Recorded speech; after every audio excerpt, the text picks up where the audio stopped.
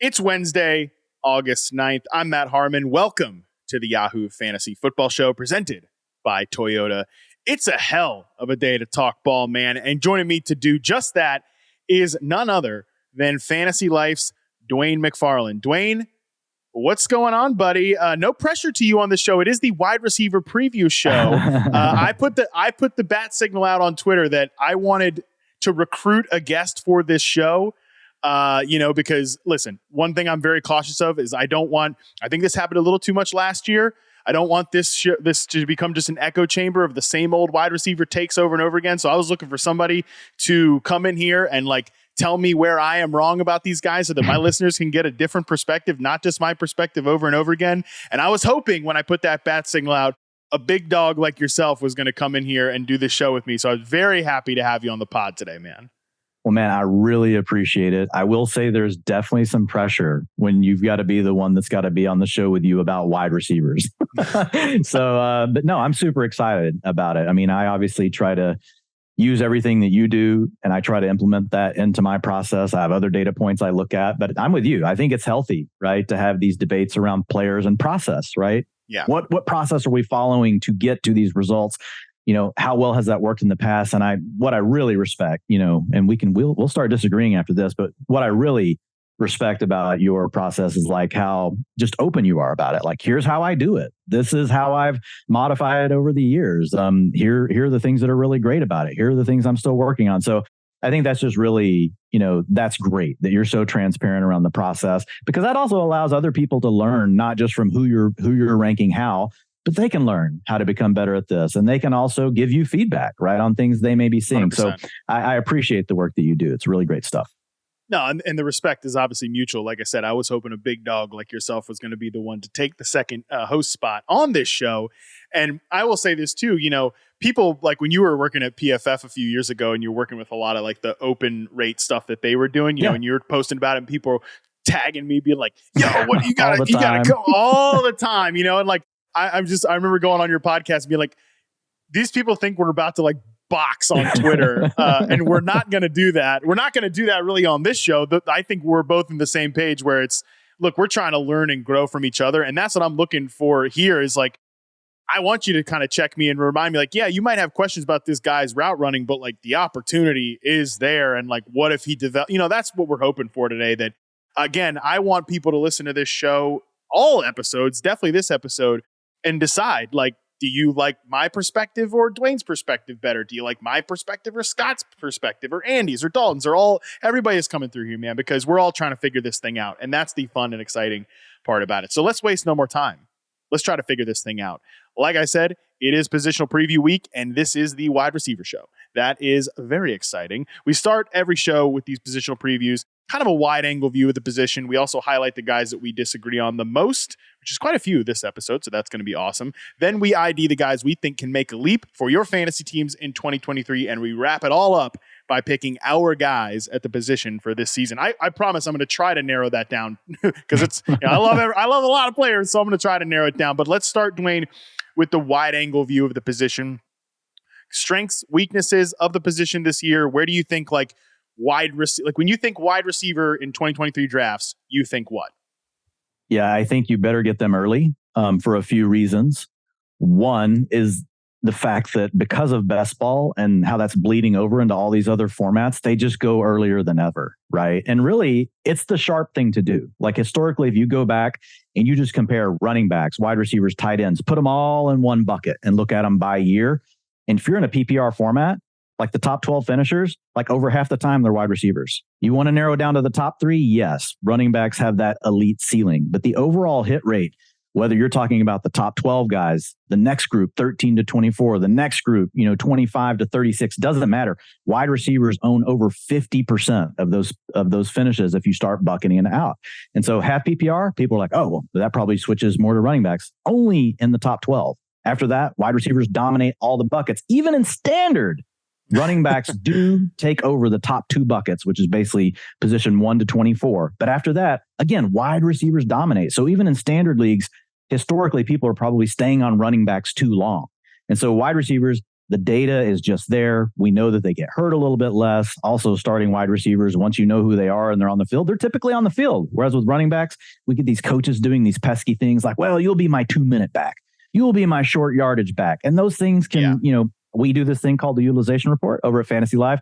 May have heard of it, which we really try to help people out with running back stuff. But coaches can change their mind on a whim. We don't get that as much with wide receivers. If you're good, you're on the field and you can earn targets, like your quarterback trusts you, like that just goes a long way. And I think it's also the position where talent matters the most. And so if you can understand and predict talent, it goes a long way towards being right around which wide receivers you target. And I think that I totally agree with you about that.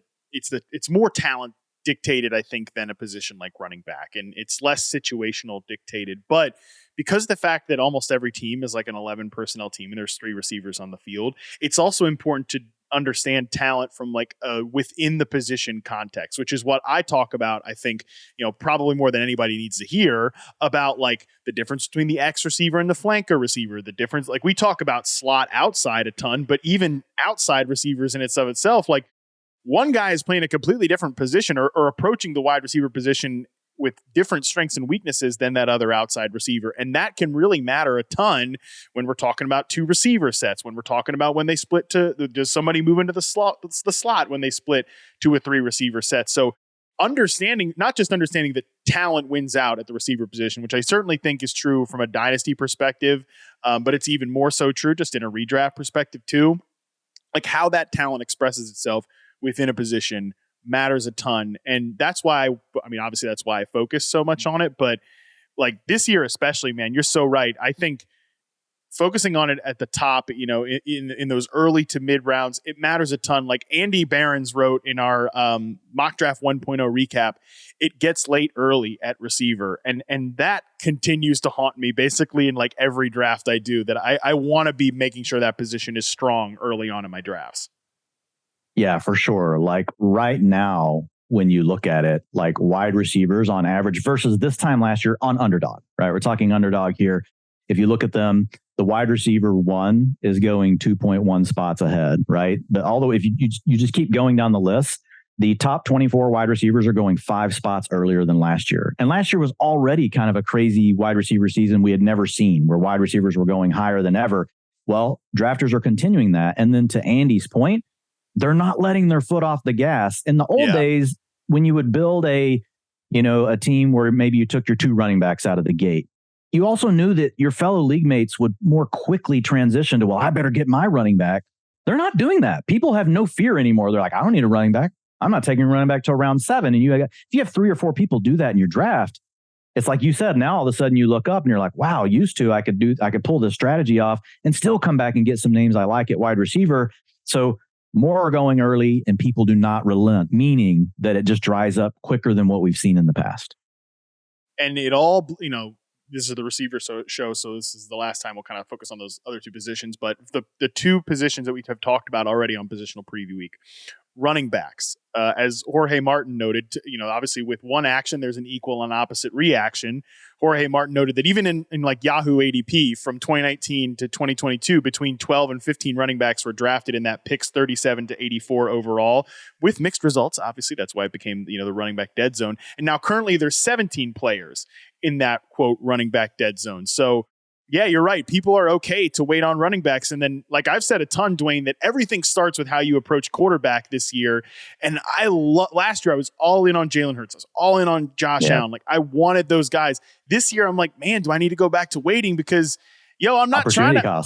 I'm not trying to have a weak receiver core. I'm not trying to have and we haven't even said this yet either, that we think about like league winners at running backs, right? But those mid-round receivers have been league winners the last few years. Think about Cooper Kupp and Deebo Samuel in these hyper-specific roles in 2021. They were drafted in kind of those mid-rounds, became like the receivers to have that year. Last year, Jalen Waddle, Amon-Ra St. Brown, they become top 10 receivers in kind of that same sort of range. So, man, it's as important as ever to get this position right.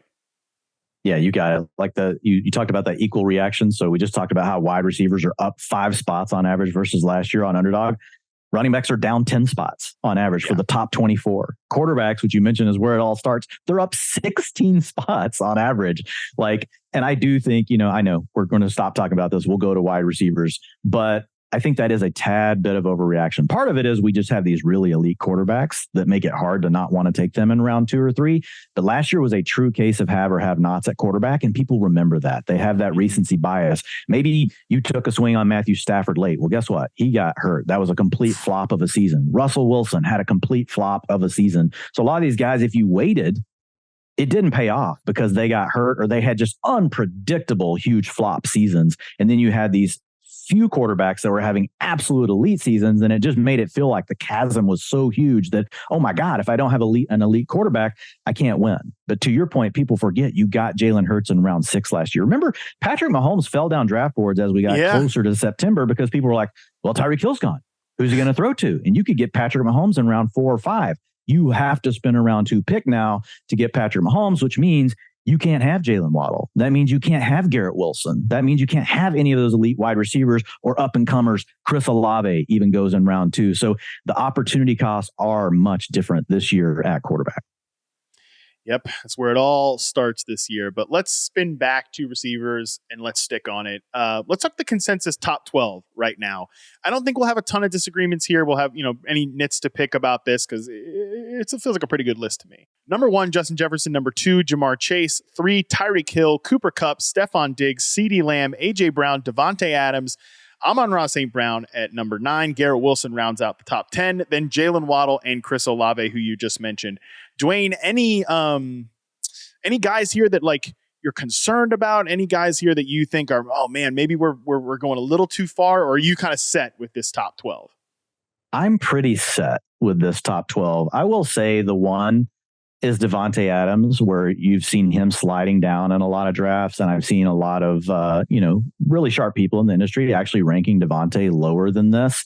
And he's one I've thought a lot about. I did move him down for a brief period because we weren't for sure what was happening with Jimmy G. And it was just enough doubt that I was like, okay, just give me Amon-Ra, give me, CeeDee Lamb over him.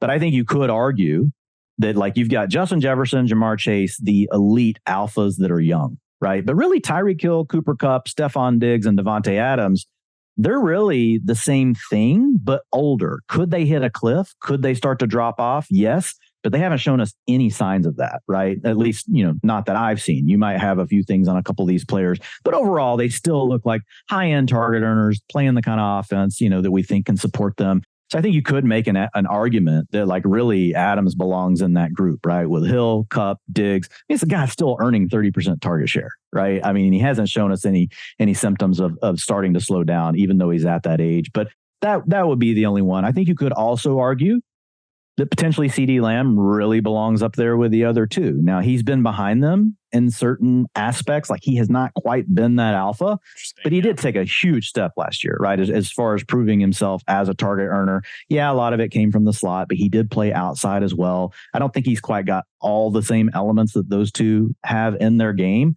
But again, a young player that could still be ascending. So those would be the two that I've thought about the most. Hey, should I really have CeeDee Lamb closer to Jefferson and Chase? And really, should Devontae Adams just be in that group with Diggs, Cooper Kupp, and Tyreek Hill?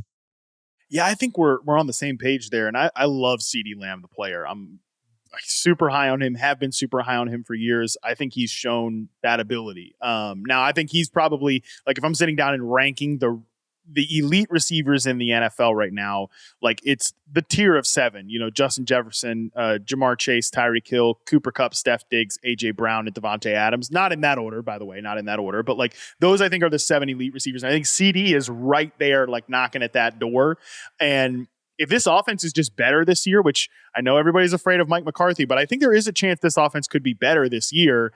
He will always have, I think, because he's that good, top 5 wide receiver upside, lead the NFL in targets type of upside for CeeDee Lamb because he is that good. I want to just ask you real quick about just Amon-Ra St. Brown and Garrett Wilson. Garrett Wilson he hasn't done it before. I get it, but we all expect a massive quarterback upgrade. I think he personally has superstar potential as an individual player. And then St. Brown, man, I think he could have 13 touchdowns this year. I think he could be that type of guy just because the concentration of targets and the improvements he's shown through 2 years. I've called him Bud Light Cooper Kupp since before he got drafted by the Detroit Lions. And if he has like a Cooper Kupp season at some point, I'm not going to be surprised. Like he goes nuclear like that. Yeah, man. I know we're going to disagree here in a minute, but like mostly on the same page here. I think it's possible for either one of these players to have a top 3 season. Like they could finish as a top 3 wide receiver. And I don't see their floor as being worse than like a low end wide receiver 2 in the worst case. Like right. I feel like that's their worst case scenario outside of an injury, right? You can have an injury and that could certainly derail things for your season. But if they're healthy, I've heard a lot of people, they're kind of like, well, I say we've heard a lot of people, but ADP is not moving. So it's really not a lot of people. That's probably a straw man argument. That's probably like a 2 or 3 tweets I saw. The loud, like a loud minority as it usually is. Yeah. Oh man, Garrett Wilson, this is just too much. Like you're taking him at his ceiling. I'm like, no, you're not. So like in the process, I follow, which, I sit down and you probably do a lot of the same things, but I map out, all right, what number one are the traits, right? And the data points for wide receivers that matter the most for fantasy, right? Obviously fantasy points are one of those guys, but looking beyond that at some of these underlying things. And so I find the things that correlate the most to fantasy points and those weight heavily in my process. And then the next thing I want to look for is, okay, great. But do those stats typically, are they sticky year over year? Or can they be predictive year over year? Because some things are just noise. Some things like it's just here 1 year and then it's gone the next. And so you can't, even though it might look like it correlates to fantasy points, you're like, well, I can't really use that if there's nothing, sticky about it, where I know that if it was good this year, it's typically good the next year. And once I narrow that down, like I start working on comps. Okay. And so when I look at Garrett Wilson, here are his comps based on my process: Odell Beckham Jr., Justin Jefferson, Terry McLaurin, Michael Thomas. That's it. So, and my data goes back to 2012. So there is that caveat. Like I don't have some of these advanced stats that I use don't go back further. So I feel great about Garrett Wilson. And anytime I get him like in the early part of round 2, I just get super excited. I also think back to Aaron Rodgers, how he's been able to historically make things work with just really one good wide receiver on a team, right? Essentially, they built the old Green Bay Packers around Garrett Wilson. Now, I get it. It's high praise to say Garrett Wilson jumps into the boat with Devontae Adams. And even Aaron Rodgers has come out and said, hey, I'm going to tap the brakes on going that far, but this guy's really special. And so we don't want to overrate what players say. But when it matches up with all the research and everything we've already done, when I hear that from Aaron Rodgers, like, it's not surprising to me. And also, I will say, Aaron's not someone to heap that praise on like that, right? He doesn't typically just come straight out and say things like that. It's much more, indirect, right? Like, yeah, he's showing things, but he still needs to get, like Devontae Adams got that treatment forever. So for him to already be singing the praises of Garrett Wilson, like I absolutely love the player. One more, hey, Garrett Wilson is really good list here. The following receivers in reception perception history, so since 2014, have hit 80% success rate versus press as rookies: CeeDee Lamb, Michael Thomas, Tyreek Hill, Jamar Chase, Justin Jefferson, Odell Beckham, and Garrett Wilson. Pretty good, couple of really good lists to be on there. We had a lot of overlap there. Absolutely. A lot of overlap there. Yeah. I mean, and it gets my heart beating that Terry McLaurin is on your list, by the way. Terry McLaurin. God, I love Terry McLaurin. But yeah, we're on the same page. Garrett Wilson, I mean, he is worth it. One last bit of harmony here. Honorable mention, we actually both have Calvin Ridley as wide receiver 13. Look at us. Like, that's the Paul Rudd, hot ones. Like, look at us. Who'd have thought? Like, look at that, though. But I mean, people are already asking, like, hey, Calvin Ridley is ranked as the consensus wide receiver 18 right now. Isn't that too high for a guy who, man, I mean, he didn't play last year and it's been a while since we've seen him, all that. But you and I are both like, no, dive all the way in on Calvin Ridley. I know why I feel that way. People on this podcast know why I feel this way. You tell me why you are still all in on Calvin Ridley. Yeah, well, number one, like he was just a really good player the last 2 years we saw him. And yes, I get it. He took a step back from a fantasy perspective, and people remember that in that early part of 2020 when he was with Arthur Smith before he took some time away due to mental health. Then obviously, and then he ends up, 2021. Then he gets suspended for 2022, due to some of the gambling stuff. So my thought process on this is I don't think he's going to change any. You come in, you go into training camp. You know how many reps these guys are taking? Like you're knocking all the rust off in training camp. Might there be a tad of rust in real game conditions? to start the season? Maybe. But I just lean back to the fact that this is still a player in their prime. Even in that bad year over that first 6 games, he still had a 26% targets per route run. And that's elite. Like, that's wide receiver 1 worthy. And if you go back the year before, everybody knows what he did, right? He had that 23% target share, a 2.44 yards per route run. So this is a guy that just has wide receiver 1 traits. All the other things I look at, like PFF receiving grade, those things were all great as well. So I just lean into the age. I lean into the ceiling that we've already seen him show us from a fantasy standpoint. And then I just start honestly looking at the list of wide receivers and like where I've got all them ranked. And I'm like, really, Calvin Ridley? Like, I think you could make an argument to take him as high as where Jalen Waddle is going, right after Garrett Wilson. Like, I think you could make it. I think you could make a legit argument to take Calvin Ridley over Jalen Waddle. I like both players. I'll take either one, but I think there's still room to actually move him up a little bit more in the rankings if we wanted to argue it. I didn't feel I had to because basically I got ahead of consensus. And if you're using my rankings, it's screaming draft Calvin Ridley, which is the main thing. You know, it's a balance, Matt, when we're creating these rankings. And we got to look at ADP to some sense because we know that people will draft straight off this list. And so I didn't feel a need to move Ridley further, but I did think through the process. And I was like, you know, you could argue him even a little higher than this. So I feel really good about wide receiver 13.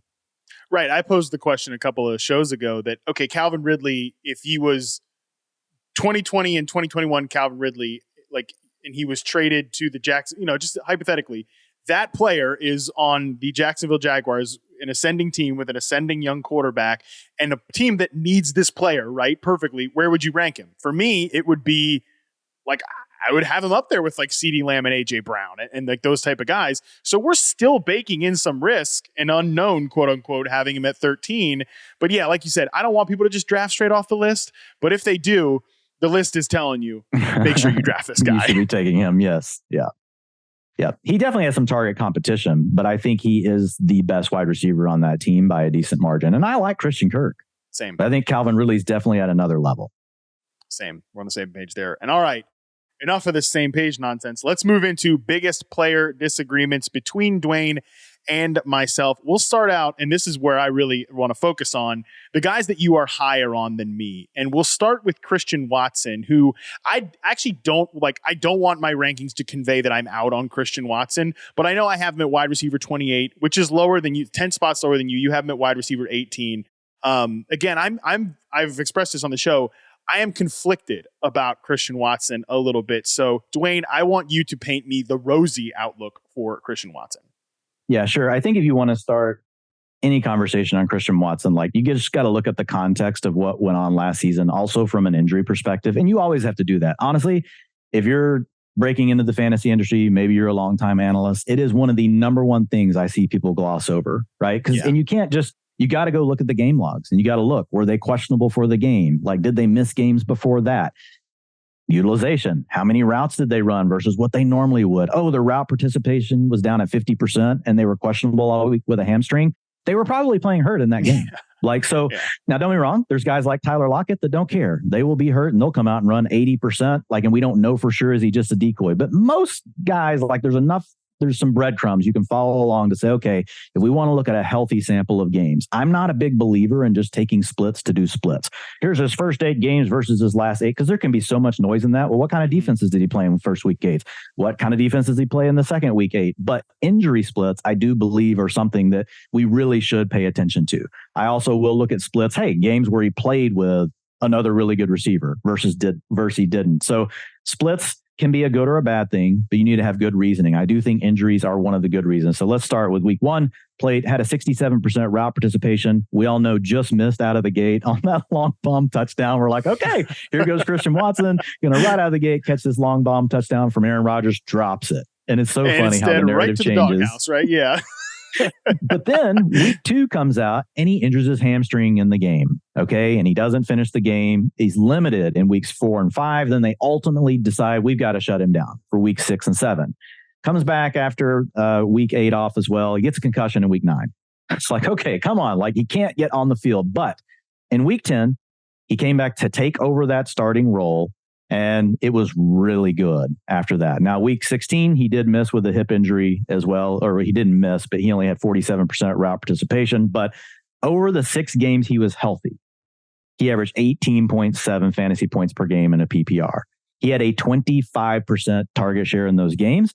That also matches his 24% targets per route run. And that's one thing I like about targets per route run. It's real easy. It just kind of cuts through everything. Like, okay, great. When he was on the field, like, was he targeted? Right. And that's the nice, that data point doesn't correlate as strongly to fantasy points. But the reason why is because yards per route run includes yards. So it's going to correlate more strongly to fantasy points. But TP, targets per route run, does give us a good indication as far as can they earn targets. Now, there are caveats, Matt. I know we could go into those. We don't have to yet. We'll probably get to a player later where it will matter more, like screenplays, gimmicky things. That doesn't always scale.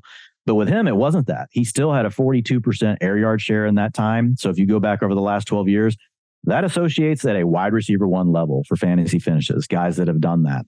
And the other thing I'll say is it's not easy to demand that many targets when you have an ADOT like that. In fact, you will see a lot of guys like Gabriel Davis. You'll see a lot of guys like George Pickens fell into this bucket last year, did some nice things when they're given opportunities. But to truly be trusted and earn a lot of targets when you have an ADOT like what Christian Watson had, it's not very normal. It's usually a really good player that will show you that. And so he had a 14.3 ADOT, which is really good. You look at his deep target rate, 28%. That's +8 versus the NFL average. But not only could he earn the deep targets, when they gave him opportunities to do things underneath, he also really flashed. His yards after the catch, 6.4. That's +2.2 yards per catch after the catch versus his ADOT peers, meaning because ADOT really matters for Yak. If you get targets deep down the field, it's usually into coverage, you get tackled right away, unless it's a basket catch and you're gone to the races, which doesn't happen as much as people think, right? Underneath, you're catching the ball under the coverage, you're making your yards after the catch. So ADOT really matters for when you're looking at Yak. Well, so when you isolate to his peers that had a similar ADOT over the last 12 years, he's actually +2.2. So that's a positive thing. We also saw him score from anywhere. We saw him do it on go routes. We saw him get over the top of 2 safeties on deep crossers. We saw him outrun coverage on shallow crossers against my Cowboys. It was a real sight to see Dallas DBs like to watch Christian Watson like just totally destroying you with that speed. We saw him take a slant to the house when Jordan Love was in at quarterback, and we saw him take an end around. So this is a guy that can really beat you and score from anywhere on the field. That's always going to be a positive thing for me. And then the last thing here, the number one thing I'm typically looking for with rookies, and based on the data I've looked at, is I want to look, how did they do against man coverage?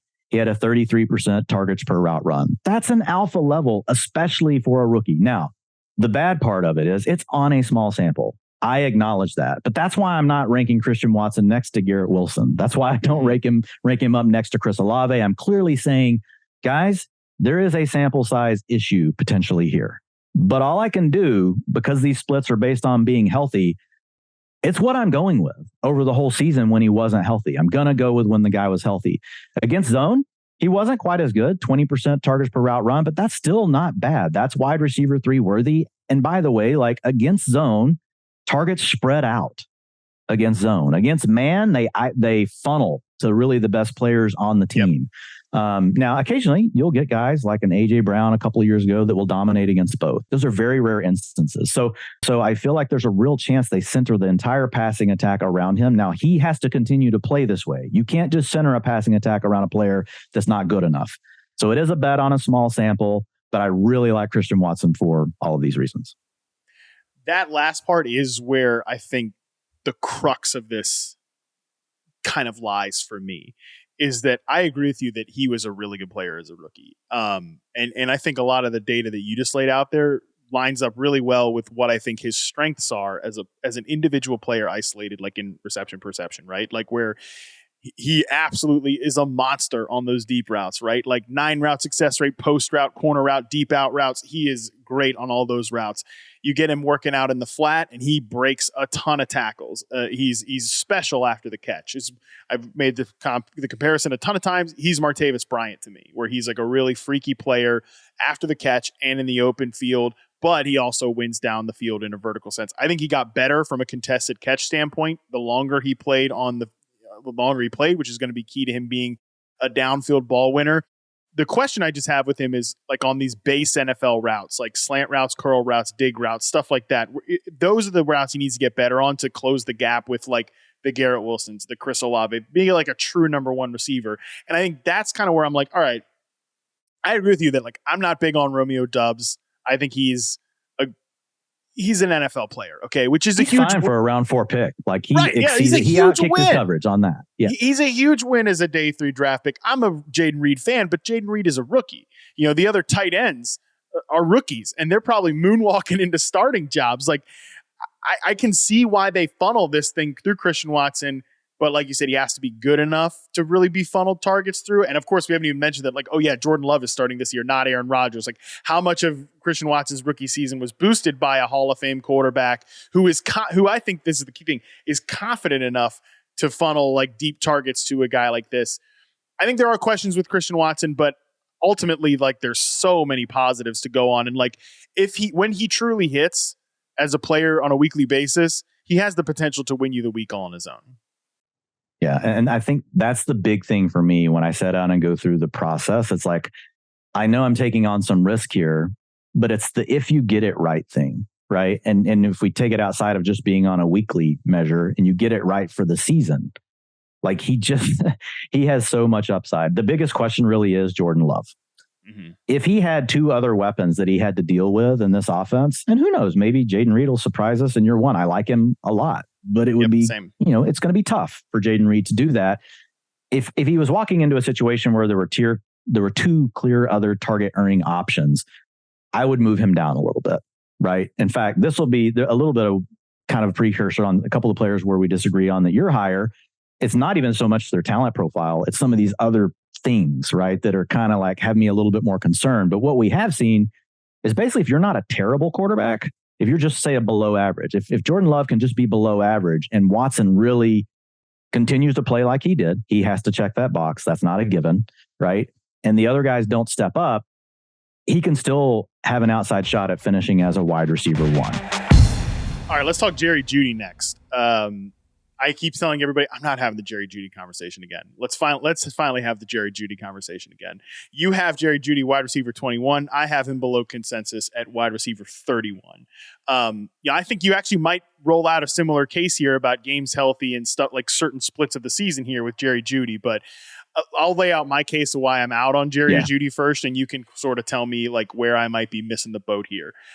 I think he right now might be like the most overrated player in the NFL, like, or most overrated wide receiver in the NFL. But just because I know people love him from a fantasy standpoint, but it's really tough to find like a lot of people that watch a ton of film that love Jerry Jeudy or think he has been the route runner that he was billed to be. And I'll say this, Dwain, as a rookie, I thought his route running as press man coverage was very, very good. But I think he has plateaued and even maybe regressed a little bit since then. Last year, he's still like a 70% success rate versus man player, which is, that's not bad at all. Actually, that's a pretty solid threshold to hit. But I think from a consistency standpoint, it's not there. From a consistency against beating zone coverage, it's not there at all for him. And I think that's going to be important for him to hit like an alpha level target share or like be 125, 130 type of target earner. I also think too that, like everybody was completely way too high on Courtland Sutton last year. And I was not in on Courtland Sutton or Jerry Jeudy last year. But now we're almost kind of overcorrecting where I think rankings and projections are acting like he doesn't exist. But I think he's like, is the gap between Jerry Jeudy and Courtland Sutton that strong? I think Jeudy is the better player, but I'm not sure that like Courtland Sutton as an average starting X receiver is like so bad that this whole thing is going to funnel through Jerry Jeudy. They trade up for Marvin Mims. I mean, Tim Patrick's already hurt. I like Marvin Mims a lot as a player. I think Sean Payton obviously likes Marvin Mims a lot. They trade up for him, his first pick with the Denver Broncos. So I don't know. I feel like there's more target competition than people are giving it credit for. The quarterback is still a massive question mark. And I think the individual player in Jerry Jeudy is a question mark as well. Yeah, so for me, it is some of the same stuff. Like, so Jerry Jeudy is definitely, and this isn't new. Like, this has kind of been Jerry Judy's career, battling these injuries. But he picked up the rib injury, right, in week 2, didn't play a full complement, of snaps in week 3. And so if you get rid of these, and then he had an ankle injury later, right, that ultimately shut him down. And in week 14, he came back to really playing more of a full-time role. If you just take the games where he was playing healthy, he averaged 17.2 points per game in a PPR, which would be a wide receiver 1. Like the threshold for the last 12 years to be a wide receiver 1 on a season is right around 16 points per game, right? So there's that. So there's the fantasy point aspect. there's also like just looking at all of the underlying indicators. So like the things that are really big drivers for me. And I do go watch the film and I watch it for, I've watched everything for Jeudy last year, but I will be 100% transparent. I do not watch it to the level you do because I'm not charting everything, right? I'm going and looking for certain things. Nobody should do that. They should have a life. They should have lives. Nobody should do that. Well, I don't have a life either. I just, I know that you have that base covered, so I should probably cover another base and I can read what you do. But when I looked at Jeudy, so I care about overall the target earning, and he was wide receiver 2 worthy, comparing him over the last 12 years. Air yards, he was wide receiver 2 worthy, comparing him to fantasy finishers. Sorry, can't even talk, Dwain, over the last 12 years. And then some of his peripherals, like his PFF receiving grade wasn't quite as good. It was a wide receiver 3 level. Yards per route run, right around that wide receiver 2 level. And so I haven't projected as a 1A, 1B in a crowded, balanced offense. Balanced offense meaning they're going to run the ball plenty with Sean Payton at the helm.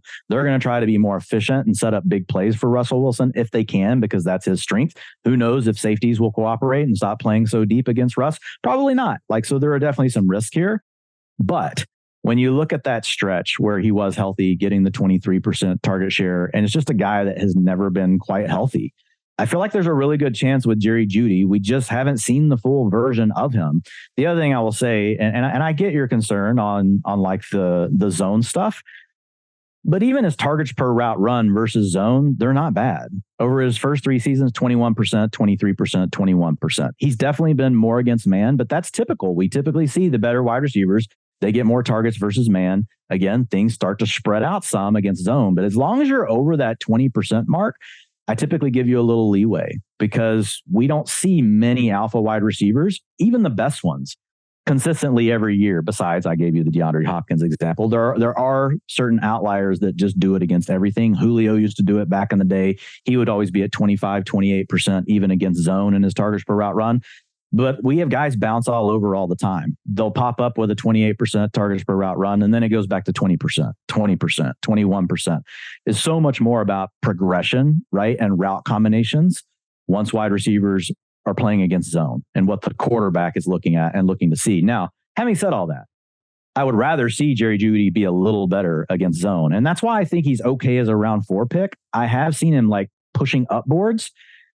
And once he gets to that round 3 turn, I'm out. At that point, I'm okay, you guys are eating up all the potential cushion I have in a projection for Jerry Jeudy. And I am aggressive. I'm a little ahead of the market on Jeudy today, but I wouldn't take it that far. I think you have some good concerns, but overall, when I look at his target per route data against man and zone, quarterbacks have been willing to go to him at the same rate at which they go to a lot of other guys that we'll talk about in a little bit later, like Terry McLaurin, that you really like.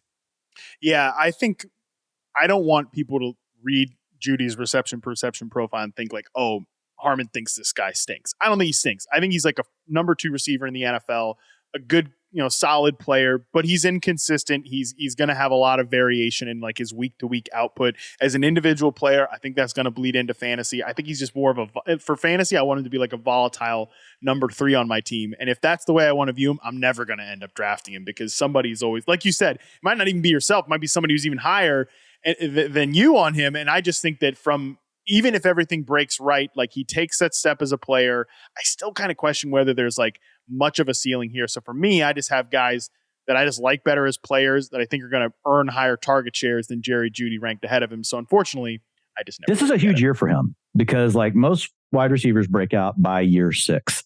The guys that are first round picks typically break out sooner than that. Usually it's by year 2 or year 3. Jerry Jeudy has not had that true breakout season. And so usually once you get to year 4, like he is, my model will start to downgrade you, right? If you've already got the draft capital, because typically you should have already shown it. I am giving him full transparency. I'm giving him a little bit of a pass based on the injury stuff, right? If last year he had not been hurt at all and he had come in below these marks, I would probably just be exactly where you are and be out on Jeudy. The injury stuff is buying him a tad of leeway with me to push him a little higher and say, I still think there's a bit of unknown and he's in that breakout window. All right, let's talk Keenan Allen, the last one that we have here. And again, these are the ones I really want to focus on the most. We can be a little quicker when we talk about guys I'm higher on, but the guys that you're higher on than me, I think are important for people to hear. Keenan Allen. And it breaks my heart to have Keenan Allen this low, okay? I hate it because I love Keenan Allen. I think he's been the most underrated like superstar receiver of the last decade or so. But I have him at wide receiver 30 because I think the last 2 years, we started to see that decline creep in. In 2020, between 2015 and 2020, this guy was consistently between 77.6 and 76.6% success rate versus man. Like that is elite in reception perception. Yeah. In 2021, he dips down to 74.2. And last year, he dips down to 66.9%. I know the production was still there, but Dwain, my toxic trait is that like I don't care about the box, and this goes for Jeudy too, by the way. I don't care about the box score as much, and like even some of the target stuff when the offense stinks. And I think the Chargers' offense really stunk a lot last year and was below expectation. And I think some of that is because they're funneling targets to a guy in Keenan Allen who wasn't quite the same anymore. Those are my concerns why I have him down at 30. I think that if this offense is going to take a step, I think they have to get away from some of these like shorter targets. And I think they have to have Mike Williams and Quentin Johnston take that step. So I have him at 30, you have him at 17. And I hate it. I hate being on this side of the Keenan Allen debate, but you tell me why I'm wrong. Yeah. Well, look, where you're right is that he's going to be 31.4 years old. I know only nerds would say 31.4, but that's how old he'll be when the season starts, right? Like we measure all this stuff. And he's definitely at the spot where he could completely fall off a cliff at any moment. Literally, it could happen. It could be happening right now while you and I are talking. Like Keenan Allen could be hitting a cliff. We don't always get a warning with these things. Now, where you take your data even further and you're doing a step further of research by charting these guys, that can be part of the answer of finding it sooner. So I want to give you like full credit on that front. But what I would say is we have seen wide receivers in the twilight of their career continue to be successful. And where do they usually play? In the slot. And he takes 65% of his routes from the slot. That means he primarily gets to match up against linebackers and safeties in zone coverage because the NFL runs zone coverage 70% of the time. And so the position he plays gets a lot of targets in scenarios where we know most defenses, are going to play the type of coverage that we're hoping for. And so the deterioration in talent profile can be offset, in my opinion, a little bit. And I think that is the other reason. I think you're right. There was a little bit of a funnel going on. But last year, we only had Keenan Allen playing with Mike Williams for 4 games, right? So to your point, like we just didn't see them on the field very much together. And as much as Josh Palmer did an admirable job of stepping in, it's not the same thing. Josh Palmer is not the same weapon that Mike Williams is on the field. So looking at Keenan Allen, though, still the positives are, I like the fact that he plays inside. And we have seen guys like Larry Fitzgerald. We have seen guys like Hines Ward extend their Reggie Wayne whenever Andrew Luck first came into the league. We've seen these guys extend their wide receiver 1 window. And at worst case, a lot of times you're still getting wide receiver 2 if they have a competent quarterback. And when I look at the Chargers, I'm like, man, if I had to make a bet right now on which team is going to throw the ball the most in the NFL this year, it will be the Chargers. I think the volume is too much. I do think 30 is too low, in my opinion. I think I might be too high. I think I could get on board with that. And maybe somewhere in the middle is probably where we should both be. But in this offense, I would really have a hard time getting Keenan down to 30. Yeah, I think that if you're going to have him kind of closer to where you have him, and still like being on Mike Williams and Quentin Johnston, like, man, this offense has to be like a top 5 offense in the league, which it very well might be. That's one point. But, it is one of the ones where I'm willing to be in on all of them because of the volume. When you can get into an offense that has the volume they have, you don't have to have a 25% target share to hit. Now, that's talking about Mike Williams and Quentin Johnston. To your point, Keenan needs a 25% target share to pay off ADP. If he doesn't get that, because he's not going to score the long touchdowns, like he's not going to come through for you in that way. So you need him to still be in that 24, 25% target range. And if he misses that, he's going to miss hitting his ADP. And the points that you make having me like twitch a little bit over here about being too low on Keenan Allen is, one, if he's like an 80, 90% slot player, which I think he can be if those 2 outside receivers are out there. And even like Josh Palmer, I'm not the biggest Josh Palmer fan, but like if he can be out there too, like a little bit, that's good for Keenan. And I think his separation ability is declining against man coverage, but I think of 2 plays last year. One, like the deep touchdown against the Raiders when he had no separation, but Justin Herbert threw it to him anyways. And 2, I think it was the Dolphins Sunday Night Football game when like Herbert threw to him like in a tight window on, I think it was third down. And like, he gets up and like points at Herbert immediately. Like, yes. like you're that guy. Like that, those are the exact plays I'm talking about where the separation's not there, but you're saying he's still going to target him because he is Keenan freaking Allen. So I'm pretty nervous about Keenan Allen having him this low. I probably will not finish draft season having him this low, but I do have my concerns about Keenan Allen. All right, let's go a little faster on these 5 guys that I'm higher on than you. And basically, I'll lay out, look, why I love the player, and you tell me why, hey, buddy, you might love the player, we might all love the player, but you need to slow it down a little bit. Let's start with Terry McLaurin, who I have at 18. I'm ahead of consensus on Terry McLaurin again because I'm trying to be ahead of consensus on Terry McLaurin every year that you possibly can be because I just love the player. I love the talent. You have him at wide receiver 25. I think Terry McLaurin is a top 10 real-life NFL receiver. I love Jahan Dotson, too. I love Curtis Samuel. Is it just basically this offense is too crowded and it's Sam Howell's quarterback?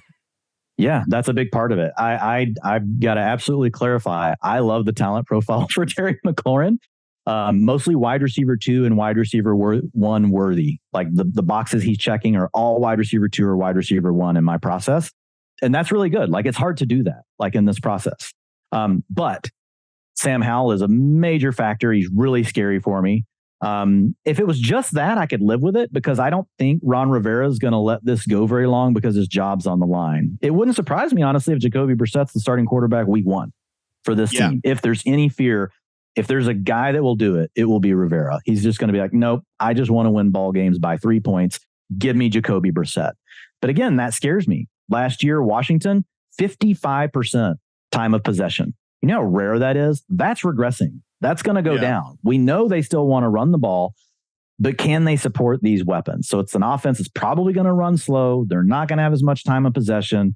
We're going to have a downgrade in quarterback play, as hard as that may sound. If they go with Howell, I think Brissett could actually be a slight upgrade versus what you had in Heineke last season. So it could still go another way. But now I got to factor in Jahan Dotson looked really good down the stretch. Curtis Samuel played great over the first 4 or 5 games. Each one of these guys had a stretch where we're like, man, who's the wide receiver 1 in Washington? You know, and whenever the teams were playing off and giving a lot of this underneath coverage look, it was Curtis Samuel early in the year. And then it was like they started inching down and it's like, yeah, bro, we got Terry McLaurin. You guys come on, bring it. Heineke came in and he started peppering McLaurin. And then once Jahan Dotson came back from his injury and teams started paying attention more to McLaurin, this is something Matt Waldman and I talk about all the time. Like these teams are watching 3 and 4 weeks of film.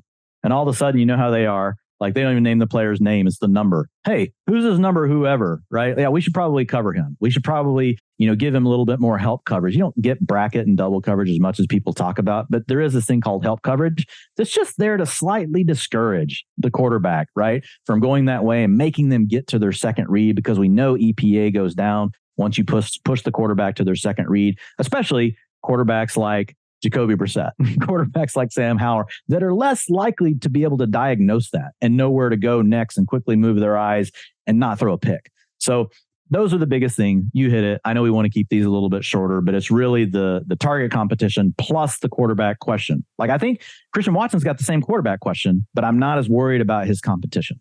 Honestly, if people out there just want to listen to Dwain on this one and not get bogged down in how I view Terry McLaurin, I'm totally okay with that. I'm going to go down with the ship on this one, Dwain. And with this next guy, I feel the same way. You have Brandon Ayuk at wide receiver 29. I have Brandon Ayuk at wide receiver 20.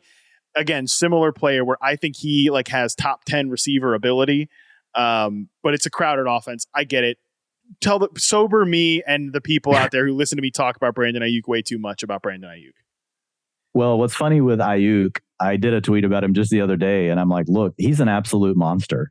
Like, he's probably one of my top 5 favorite wide receivers to just watch, to just turn it on, watch the guy. Like, there's not a lot there that you don't like.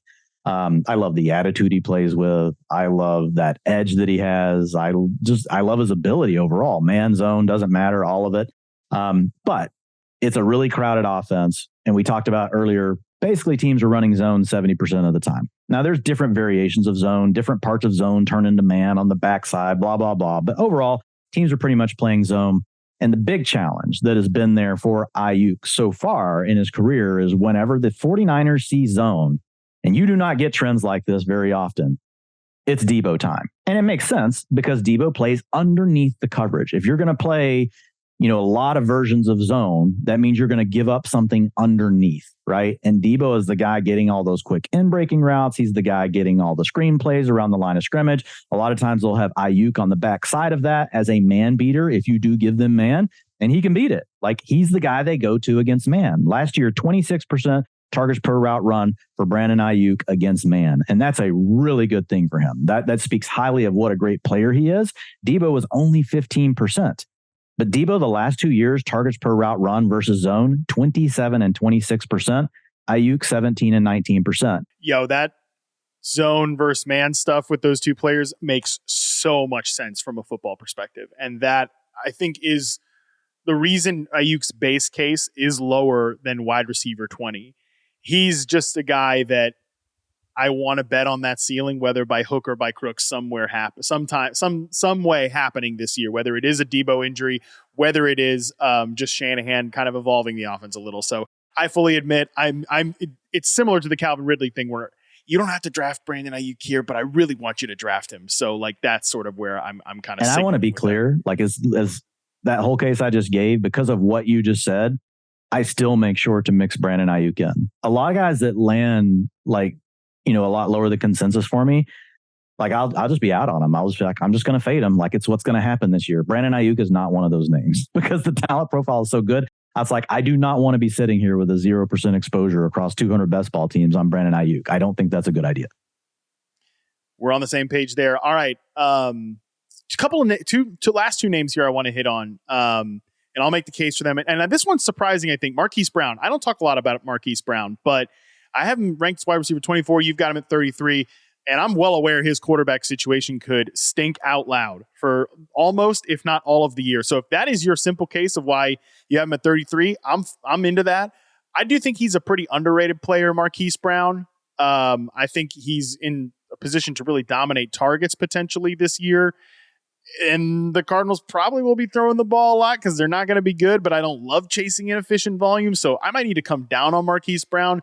You can talk to me about him or Michael Pittman. I mean, you have him at 35. I got him at 26. I'm a big Pittman fan. I think the talent is there with Michael Pittman. I think he's trending like even worse than Terry McLaurin at this point. Yo, like all the quarterbacks who've thrown to Michael Pittman the last 2 years are like barely in the league at this point.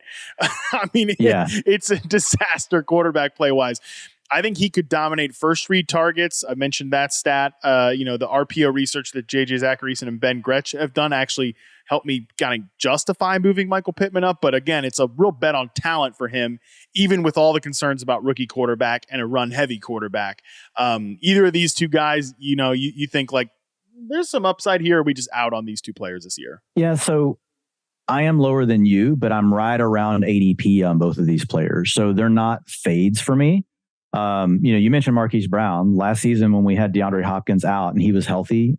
Marquise Brown, that is, was healthy over those first 6 games, 18.3 fantasy points per game, a 24% target share. I agree that he is an underrated player. Now he's a little bit of a mixed profile, like target earning, air yards were good. That's wide receiver 2, wide receiver 1 worthy, but his other performance peripherals. So his PFF receiving grade was wide receiver 3, borderline wide receiver 4, his yards per route run, wide receiver 3. So kind of a guy that, he can get the targets, but I want more. Like, I know there's big playability with Marquise Brown, and he's another one of these guys. I do feel like some of it comes down to injury. He ends up getting dinged up somewhere along the way in the season, and that explosiveness that you may see out of the gate that we see very early sometimes isn't quite there at the end of the year. So he's fine. I don't mind drafting him. I'm not going out of my way to be above consensus, though. It's like, hey, if he fits my build, I'll take him, but he's not like one of my ride or die, to use a Matthew Berry. He's not one of those guys for me. And then on Pittman, it's really just about a couple things. Number one, I think the Colts have a chance. Now, we'll see what happens with Jonathan Taylor. That could change the equation some. But I think the Colts have a chance to be one of the 3 most run-heavy teams in the league, and that's because a lot of your dropbacks with Anthony Richardson are going to turn into scrambles. Dropbacks that turn into scrambles, that's how you get a team that ultimately sometimes will actually run the ball more than they actually throw it. Like Lamar Jackson has had teams like that. Justin Fields had a team like that last year. So I think that, number one, just shrinks the pie. Number two, I just have major questions around Anthony Richardson's ability from an accuracy standpoint. We all want to bet on Anthony Richardson in fantasy, but betting on him as an NFL quarterback, I think, is a different question. And when you look at Pittman, Like he's had a 70% accuracy rate, like catchable target rate over his first 3 years. I'll be surprised if that's like 60% this year with Anthony Richardson. That would mean Anthony Richardson actually got better than he was in college, right? When he was in the mid 50% range. So those two things primarily scare me. I do also think Michael Pittman is an underrated player. Like in my process, he's borderline wide receiver 1, target earner and air yards earner, right? And those are the two things that translate the most to fantasy points and stickiness year over year. So the two most important metrics he does really well in the model that I use. But it's just it's the fear I have around so much running and that drop in accuracy. And when I get to Pittman, I guess the thing I think about, Matt, is will I regret not taking Michael Pittman? Do I think that he can be the kind of player in this offense this year where I'm like, holy crap, I'm losing my league because I didn't draft him? I can see that for Ayuk. If everything breaks right for Ayuk, I could see that. I could be like, holy crap, like I have this really good team and I get to week 14 and Brandon Ayuk is just obliterating me. I like Michael Pittman. I think he could still have a chance to be solid this year. I just don't see that ceiling case that I see with a guy like Ayuk. Very fair points. I'm willing to make the bet on Anthony Richardson a little bit more, but that is a leap of faith. You do have to have the leap of faith. All right, Dwain, it would not be right if we did the show and we didn't give the people some breakout candidates, make the leap candidates. And I'm going to stick on just second-year receivers here with one asterisk. I want you to put these second-year players in order of most to least likely to make the leap.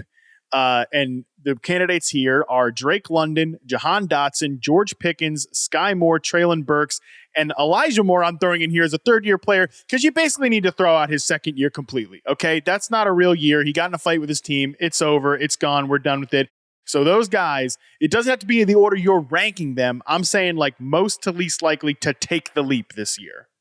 Yeah. So lucky me, I just did an article over on fantasylife.com around wide receiver breakouts.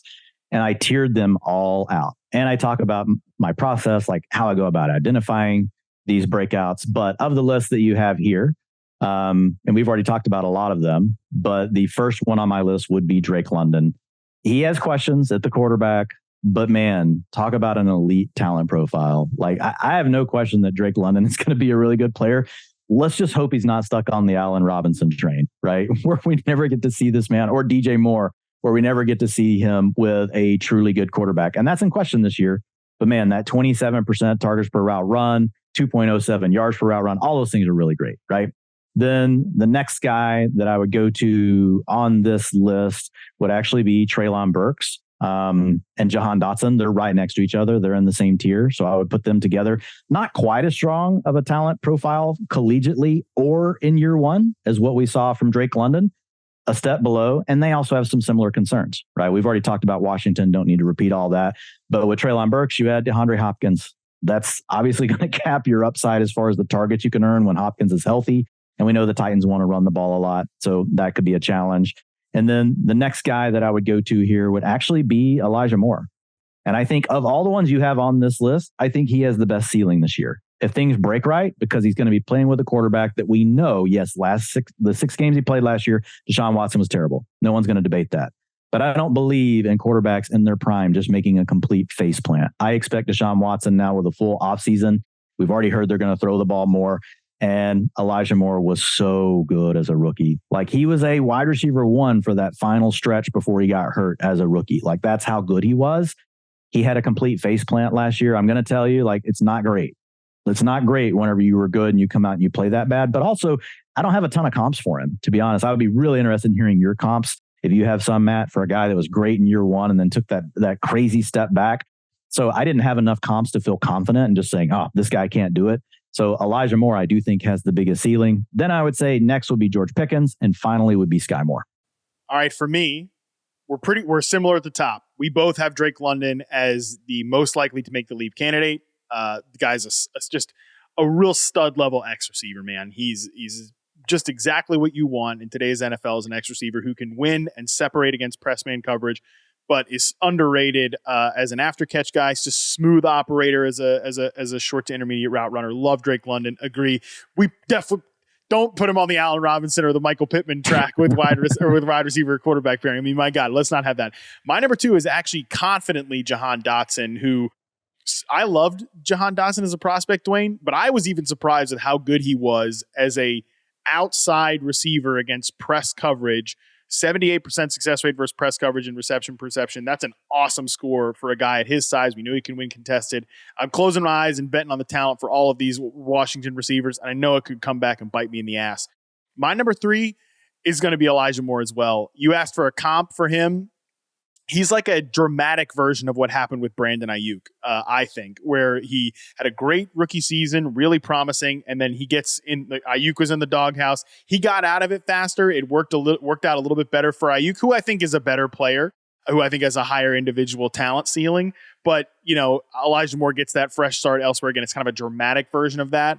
My 4th one is George Pickens, who I think, look, I've got concerns about George Pickens' game. Is he going to develop as a short to intermediate route runner? That needs to happen. But even as a floor scenario, I think he can be, like a field stretching X receiver. And I kind of have too much faith in the Steelers offense as it is. So I like George Pickens to potentially take that step there. Then, it's kind of tough between Skyy Moore and Treylon Burks. I would say that Treylon Burks is the one who I'm most concerned about, based on his rookie season, ability to separate against press man coverage if they're going to leave him as an X receiver. I think that's got to get better. Could be better. He was a developmental prospect coming in. And then Skyy Moore. Skyy Moore had another guy that he had a very predictable and excusable slow rookie season coming from Western Michigan. I think he's ready to rock as probably the best wide receiver, like guy WR next to his name on that offense. So I like Skyy Moore. I've drafted him a lot in the late round. So that's my list. That's Dwayne's list. But yeah, that's my comp for Elijah Moore, Dwayne. I think if you want to be optimistic, you have to think Brandon Ayuk. So let's close it out here, Dwayne. Let's give our guy. I'm actually not going to give one on this show because I'm going to tell you, I just put out the 2023 Fantasy Football Draft Day Blueprint over on the Yahoo website, where I gave a ton of my guys, both in the non-wide receiver division and the wide receiver division, including the player I don't want to leave a draft without this year. So I'm not going to tell you on the show. I'm going to tell you to read that article because it was a long article. I worked really hard on it, so you can go read it there. And most importantly, I want Dwayne to finish this off here. Who is your guy, Dwayne McFarland, for the 2023 season at the wide receiver position?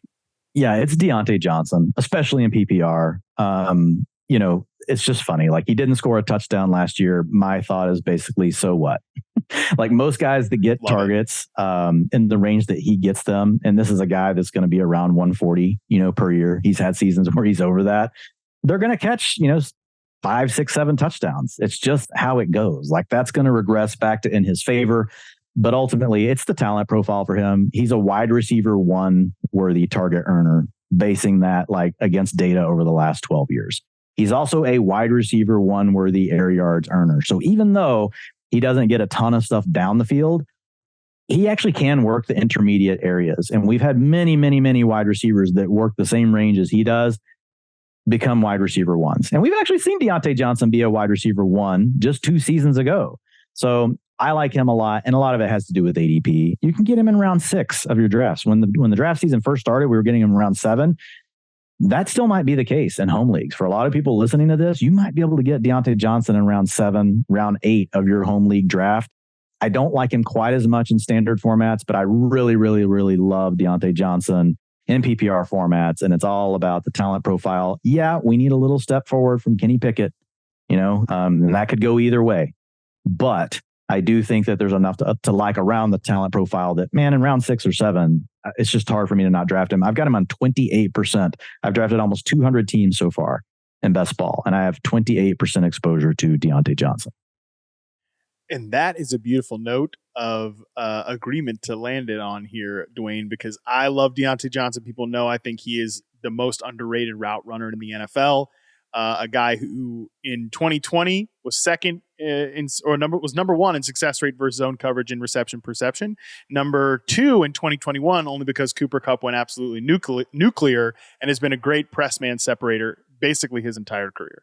I'm a huge fan of Deontay Johnson, so I'm with you on being in on him this year, especially at that discount. I love it. What else I love? Dwayne McFarland on the Yahoo Fantasy Football Show. Dwayne, appreciate your time, man. Appreciate you doing this. Like I said, I wanted you to come in here and paint the other side of some of these players. I think you did a great job. You knocked it out of the park. Even if I don't disagree with you on if I don't agree with you on everything, you've challenged me on a few of these things where I'm thinking about like, maybe I need to go take a look at how I'm ranking these players. So appreciate you, man. You're absolutely crushing it. Where can the people find everything that you're working on these days? Yeah, first just say appreciate you as well, and ditto. Yeah, I love talking through these sort of things with other people, like especially you on this topic, because I know like how close to your heart it is and how much time and energy you put into it. But yeah, folks want to check out my stuff, you can go over to fantasylife.com. You can subscribe to the newsletter for free. It's about to go to 7 days a week. We've got Ian Hartitz over there. We've got Pete Overzet. We've got Kendall Valenzuela. We've got Matthew Friedman. So, I mean, if you haven't checked in on us in a while, like go look at that. We've also got our YouTube channel where I'm posting videos each week. Last week I did one around I'm going to do like you did, man. I'm just going to tease it around a huge potential breakout option at running back, but I'm not going to name them. Like, you got to go check out the video over at Fantasy Life. Dwain, you're a freaking pro, dude. That's what I'm talking about. That's a tease. And I'm even like, all right, let me make sure I go check out that YouTube video. Yeah, you guys are building a powerhouse over there at Fantasy Life. I'm a huge fan of all of those people that you just mentioned there. So that's awesome. This show was awesome, but this show is over now. Tomorrow, we continue our positional preview week with Scott Pianowski joining to discuss tight ends, everybody's favorite position, the tight ends. Is this position going to make a comeback this year? Are we going to restore the middle class at tight end? I promise you one way or another, you don't want to miss out on our convo on that. Until then, we're out.